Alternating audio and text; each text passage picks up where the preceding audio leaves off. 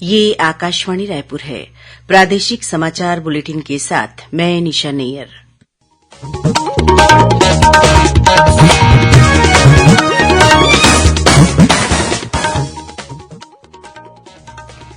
अब पेश है आज के मुख्य समाचार। उपराष्ट्रपति जगदीप धनखड़ आज इंदिरा गांधी कृषि विश्वविद्यालय के 38वें स्थापना दिवस कार्यक्रम में मुख्य अतिथि के रूप में हुए शामिल। छत्तीसगढ़ विधानसभा में आज से 2 दिवसीय प्रबोधन कार्यक्रम शुरू हुआ। लोकसभा अध्यक्ष ओम बिरला ने किया शुभारंभ। राज्य शासन ने श्री रामलला प्राण प्रतिष्ठा के अवसर पर 22 जनवरी को प्रदेश में पशु वध गृह और मांस बिक्री की दुकानें बंद रखने का लिया निर्णय। और बीजापुर जिले में आज सुरक्षा बलों के साथ हुई मुठभेड़ में 2 महिला सहित 3 माओवादी मारे गए।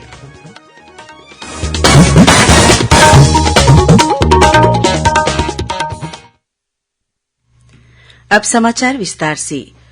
उपराष्ट्रपति जगदीप धनखड़ आज इंदिरा गांधी कृषि विश्वविद्यालय के 38वें स्थापना दिवस कार्यक्रम में मुख्य अतिथि के रूप में शामिल हुए। इस मौके पर उन्होंने कहा कि किसान खुशहाल होंगे तो देश खुशहाल होगा। किसानों के लिए खेती किसानी आजीविका का साधन ही नहीं बल्कि देश की अर्थव्यवस्था को गति प्रदान करने, पर्यावरण संरक्षण और सामाजिक विकास का आधार है। श्री धनखड़ ने कहा कि कृषि क्षेत्र में आधुनिक तकनीकी को अपनाकर और किसानों को सहयोग प्रदान कर आने वाली पीढ़ियों के लिए खाद्य सुरक्षा सुनिश्चित करने के साथ ही वर्ष 2047 तक विकसित भारत बनाने के लक्ष्य को हासिल किया जा सकता है। उपराष्ट्रपति ने विद्यार्थियों से कहा कि विकसित भारत बनाने में उनकी भूमिका एक सैनिक की तरह है। उन्होंने वैज्ञानिकों और विद्यार्थियों का आह्वान किया कि किसानों को कृषि उत्पादों की बेहतर मार्केटिंग और मूल्य संवर्धन के लिए प्रोत्साहित करें। इस मौके पर उपराष्ट्रपति ने विश्वविद्यालय द्वारा विकसित की गई धान की इम्यूनो बूस्टर और कैंसर रोधी नई किस्म संजीवनी से निर्मित 3 उत्पादों का लोकार्पण किया। इसके पहले उपराष्ट्रपति ने विश्वविद्यालय परिसर में लगाए गए विभिन्न स्टॉलों का निरीक्षण किया और परिसर में मौलश्री का पौधा भी रोपा। समारोह की अध्यक्षता राज्यपाल विश्वभूषण हरिचंदन ने की। इस अवसर पर मुख्यमंत्री विष्णुदेव साय और कृषि मंत्री रामविचार नेताम भी उपस्थित थे। छत्तीसगढ़ विधानसभा के नवनिर्वाचित विधायकों को विधानसभा की कार्यप्रणाली और संसदीय प्रक्रियाओं से अवगत कराने के लिए विधानसभा परिसर स्थित प्रेक्षागृह में 2 दिवसीय प्रबोधन कार्यक्रम शुरू हुआ। लोकसभा अध्यक्ष ओम बिरला ने आज इस कार्यक्रम का शुभारंभ किया। इस अवसर पर श्री बिरला ने नवनिर्वाचित विधायकों को शुभकामनाएं देते हुए कहा कि जनता ने जिस विश्वास और आकांक्षाओं के साथ उन्हें चुनकर भेजा है, वे उनकी अपेक्षाओं को इस विधानमंडल के माध्यम से पूरा करने का प्रयास करें। श्री बिरला ने नवनिर्वाचित विधायकों से कहा कि वे संवैधानिक दायित्वों को निभाते हुए राज्य में समृद्धि और खुशहाली ला सकते हैं। उन्होंने कहा कि जो विधायक विधानसभा में जितना ज्यादा बैठता है, वो विधानसभा में अपने विचार उतने ही बेहतर तरीके से रख पाता है और इस तरह से अपने क्षेत्र का बेहतर प्रतिनिधित्व कर पाता है। प्रबोधन कार्यक्रम में केंद्रीय स्वास्थ्य मंत्री मनसुख मांडविया, उत्तर प्रदेश विधानसभा के अध्यक्ष सतीश महाना और लोकसभा महासचिव उत्पल कुमार सिंह ने भी उद्बोधन दिया। कार्यक्रम को उप मुख्यमंत्री अरुण साव, संसदीय कार्यमंत्री बृजमोहन अग्रवाल और नेता प्रतिपक्ष डॉ चरणदास महंत ने भी संबोधित किया। प्रबोधन कार्यक्रम के दूसरे दिन कल शाम केंद्रीय गृहमंत्री अमित शाह राज्य विधानसभा के नवनिर्वाचित सदस्यों को मार्गदर्शन देंगे। केंद्रीय गृहमंत्री अपने रायपुर प्रवास के दौरान कल दोपहर विधानसभा परिसर में ही वामपंथी उग्रवाद से निपटने में हुई प्रगति के साथ ही इससे संबंधित कार्ययोजना की समीक्षा करेंगे।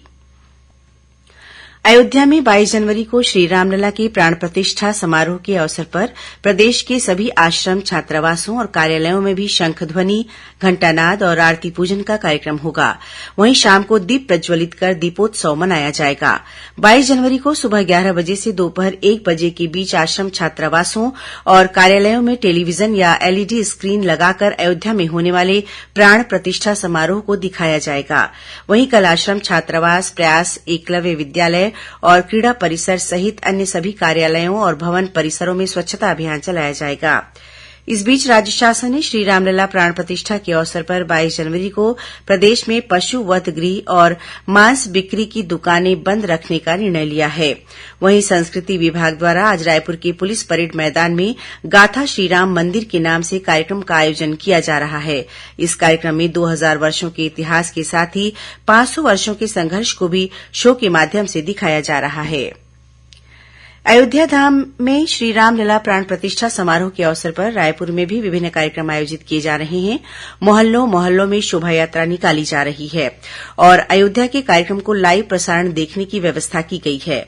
जिला प्रशासन द्वारा मठपारा स्थित दूधाधारी मठ में प्राण प्रतिष्ठा समारोह का आयोजन किया जाएगा। इस कार्यक्रम के मुख्य अतिथि संस्कृति मंत्री बृजमोहन अग्रवाल होंगे। वहीं अध्यक्षता सांसद सुनील सोनी करेंगे। इस अवसर पर मानस मंडलियां मानस गान प्रस्तुत करेंगी और उन्हें सम्मानित भी किया जाएगा। इसी दिन शहर के विभिन्न तालाबों की साफ सफाई भी की जाएगी।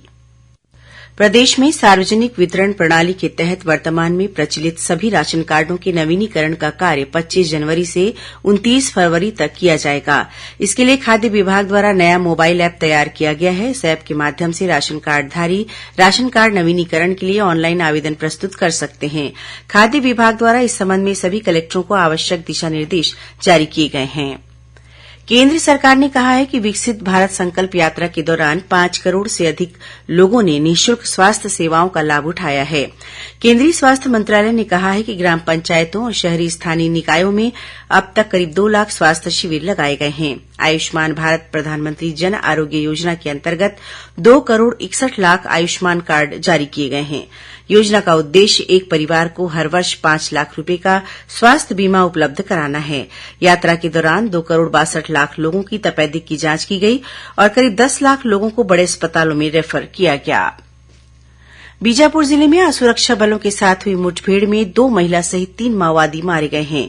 जिले के पुलिस अधीक्षक आंजनेय वार्ष्णेय ने बताया कि बासागुड़ा थाना क्षेत्र में माओवादियों की मौजूदगी की सूचना मिलने पर डीआरजी और कोबरा बटालियन की संयुक्त टीम सर्चिंग के लिए रवाना की गई थी।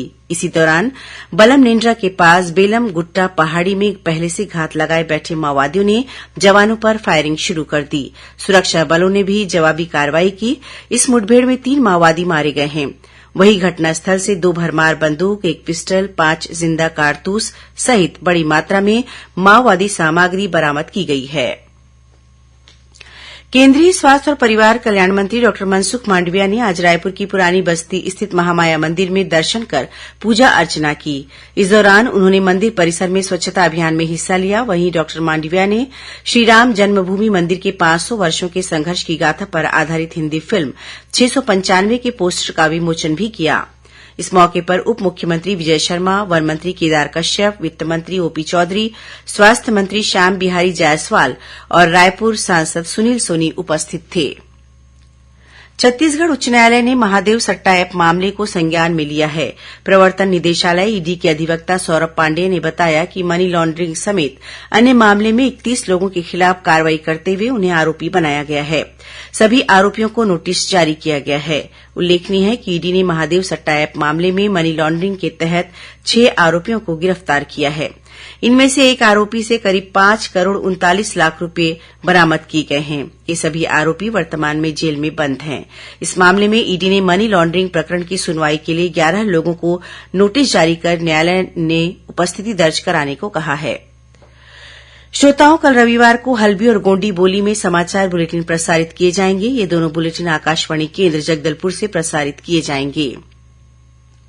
इन्हें बस्तर संभाग में सुना जा सकेगा। हल्बी में समाचार बुलेटिन सुबह 7:30 बजे से और गोंडी में समाचार बुलेटिन शाम 6:30 बजे से प्रसारित किया जाएगा। प्रादेशिक समाचार एकांश आकाशवाणी रायपुर द्वारा प्रस्तुत कार्यक्रम जिले की चिट्ठी का प्रसारण कल शाम 6:05 से 6:10 तक किया जाएगा। इस कार्यक्रम को छत्तीसगढ़ स्थित आकाशवाणी के सभी केंद्र रिले करेंगे। इस बार के अंक में दुर्ग जिले की गतिविधियों के बारे में जानकारी दी जाएगी। और अब पेश है मौसम का हाल। प्रदेश में इन दिनों मौसम का मिजाज बदला हुआ है। मौसम विभाग के अनुसार एक द्रोणिका कर्नाटक से पूर्वी विदर्भ तक बनी हुई है। वहीं बंगाल की खाड़ी से नमी आने के कारण राजधानी रायपुर सहित प्रदेश के विभिन्न हिस्सों में बादल छाए हुए हैं। इसके असर से आगामी 24 घंटों के दौरान दुर्ग, राजनांदगांव, रायपुर, बलौदाबाजार, जांजगीर और इससे लगे जिलों में कुछ स्थानों पर हल्की वर्षा होने की संभावना है। इसके साथ ही प्रदेश में न्यूनतम तापमान में गिरावट आने के आसार हैं। और अब कुछ खबरें संक्षिप्त में। आगामी लोकसभा चुनाव को देखते हुए भारतीय जनता पार्टी ने लोकसभावार प्रभारी, सहप्रभारी, संयोजक और सह संयोजकों की नियुक्ति कर दी है। वहीं छत्तीसगढ़ प्रदेश कांग्रेस कमेटी ने भी पार्टी मुख्यालय में चुनाव वार रूम का गठन किया है। इसमें शैलेश नितिन त्रिवेदी को चेयरमैन तथा घनश्याम राजू तिवारी और प्रवीण साहू को चेयरमैन नियुक्त किया गया है। और आदिम जाति विकास विभाग द्वारा पोस्ट मैट्रिक छात्रवृत्ति योजना के तहत विद्यार्थियों के लिए बैंक खातों को अपने आधार नंबर से लिंक कराने की अंतिम तिथि 22 जनवरी तक बढ़ा दी गई है। अंत में मुख्य समाचार एक बार फिर। उपराष्ट्रपति जगदीप धनखड़ आज इंदिरा गांधी कृषि विश्वविद्यालय के 38वें स्थापना दिवस कार्यक्रम में मुख्य अतिथि के रूप में हुए शामिल। छत्तीसगढ़ विधानसभा में आज से 2 दिवसीय प्रबोधन कार्यक्रम शुरू हुआ। लोकसभा अध्यक्ष ओम बिरला ने किया शुभारंभ। राज्य शासन ने श्री रामलला प्राण प्रतिष्ठा के अवसर पर 22 जनवरी को प्रदेश में पशु वध गृह और मांस बिक्री की दुकानें बंद रखने का लिया निर्णय। और बीजापुर जिले में आज सुरक्षा बलों के साथ हुई मुठभेड़ में 2 महिला सहित 3 माओवादी मारे गए। इसी के साथ प्रादेशिक समाचार बुलेटिन समाप्त हुआ। नमस्कार।